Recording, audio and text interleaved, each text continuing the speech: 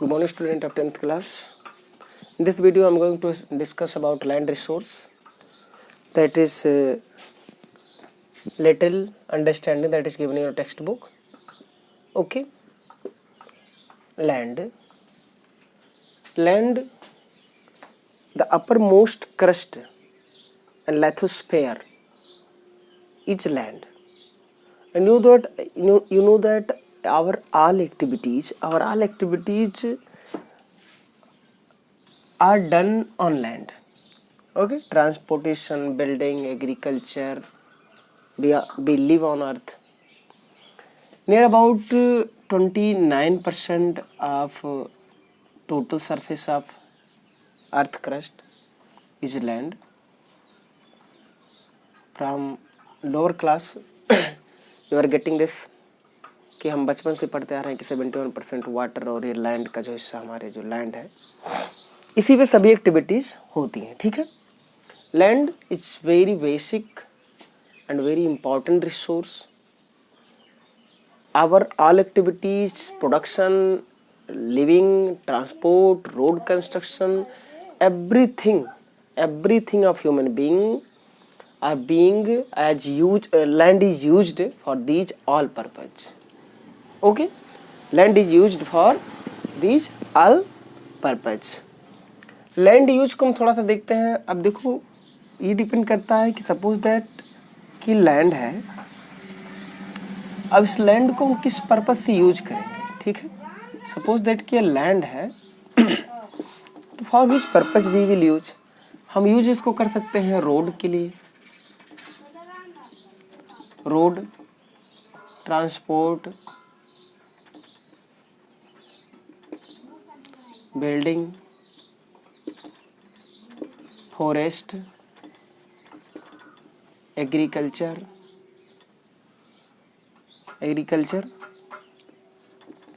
Factories, ETC.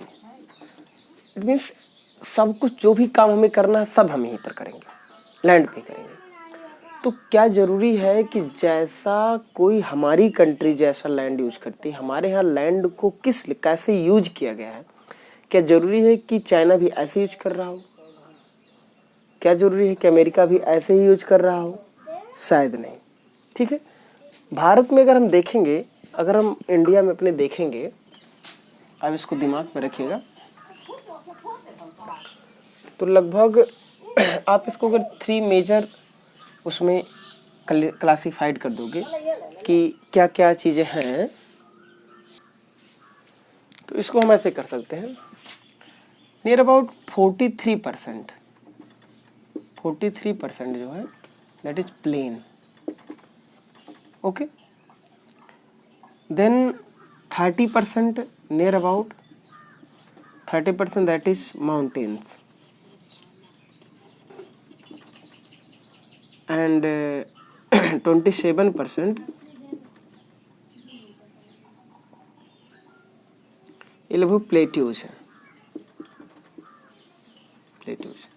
अब आप समझ सकते हैं कि नियर अबाउट 23% पे जो हमारा लैंड एज ए प्लेन है, प्लेन यूज के लिए यहाँ पर मेन एक्टिविटीज़ क्या हो जाएगी? Agriculture, you can say farming. Okay. Farming and near about these plain area are very fertile and plain.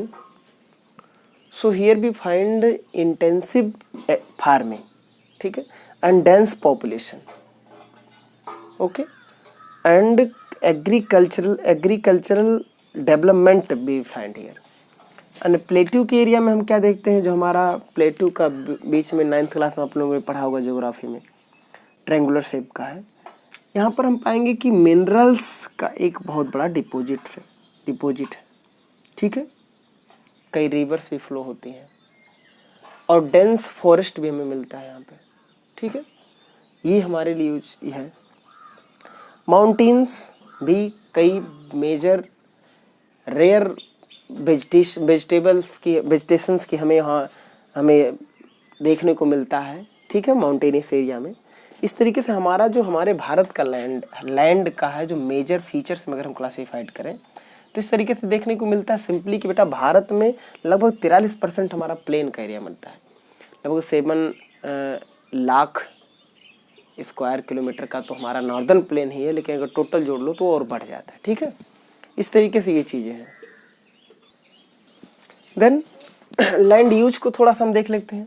अब लैंड यूज को मैं से बता देता हूँ। लैंड यूज को देखो, फार्मिंग के लिए आप यूज कर सकते हो, नॉन फार्मिंग एक्टिविटीज़ के लिए हम लैंड को यूज कर सकते हैं। ठीक है, चाहे वो देखिए चारा कृषि के लिए, एग्रीकल्चर के लिए, इसमें पत्ती भूमि या ग्रेजिंग के लिए। ठीक है, grazing, farming, non farming activities, building, road construction, these all the things we can use land for this all purpose. Okay, अब चूंकि लैंड पॉपुलेशन बहुत ज़्यादा बढ़ रही है, तो जो लैंड के ऊपर जो प्रेशर है वो प्रेशर भी क्या हो रहा है, बढ़ रहा है। और जिससे लैंड की जो नेचुरल क्वालिटी है, जो नेचुरल क्वालिटी ऑफ लैंड है, मतलब जनरली हम लैंड डिग्रेडेशन को एग्रीकल्चरल उसके लिए हम मानते हैं कि जो फॉर एग्रीकल्चरल एक्टिविटीज़ के लिए अगर लैंड की क्वालिटी डिग्रेडेड हो जाए, क्योंकि बिल्डिंग बनाने के लिए लैंड की क्वालिटी की आवश्यकता नहीं होती, रोड के लिए लैंड की क्वालिटी की आवश्यकता नहीं होती, उसके ग्रेड की कोई बहुत ज़्यादा नहीं होती है, लेकिन हाँ उसके सॉलिड होने के लिए या सॉफ्ट होने के लिए दिक्कत होती है। तो मेन पर्पज जो होता है कि मतलब हमारा, जैसे आप समझ सकते हो बेटा कि लैंड का जो वो होता है कि भाई अगर लैंड डिग्रेडेशन हैपन होता है जब लैंड बहुत ज़्यादा एग्रीकल्चर के लिए सुटेबल ना हो, एग्रीकल्चर के लिए सुटेबल ना हो। इसको मैं इरेज कर दे रहा हूँ।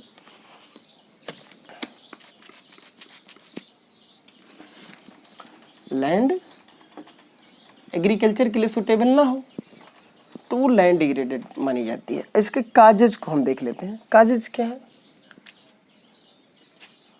पॉपुलेशन पहला नंबर तो है, ठीक है, पॉपुलेशन, ओवरग्रेजिंग,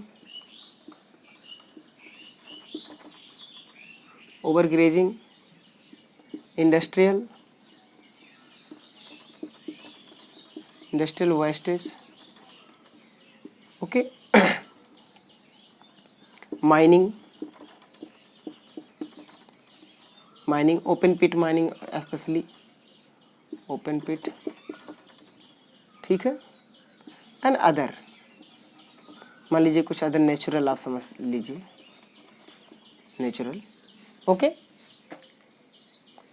अदर नेचुरल चीज़ों को हम जोड़ सकते हैं। ओके,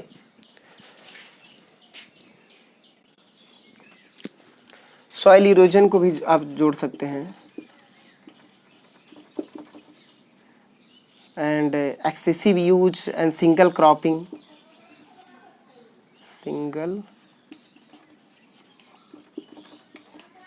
इन सब चीज़ों को आप जोड़ सकते हैं, जिससे क्या हो रही है, लैंड डिग्रेडेड हो जा रहा है। ठीक है, लैंड डिग्रेड हो रहा है। अब लैंड डिग्रेडेशन को बचाने के लिए क्या उपाय करोगे? लैंड डिग्रेडेशन को बचाने के लिए हम क्या उपाय करेंगे? हम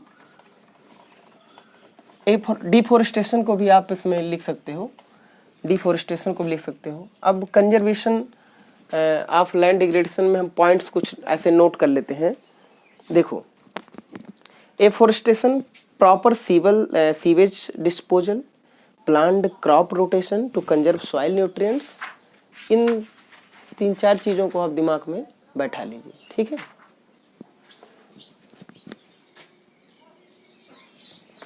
देख सकते हैं, afforestation, proper sewage disposal, plant crop rotation and allowing grass to grow, proper use of fertiliser and pesticide, other use जैसे कि हम गार्बेज वगैरह को अपनी हमारा इंडिविजुअल जो कंट्रीब्यूशन हो सकता है लैंड की क्वालिटी को बचाने में, तो वो हो सकता है। एक यहाँ पर क्वेश्चन कंफ्यूज होता है बच्चों को,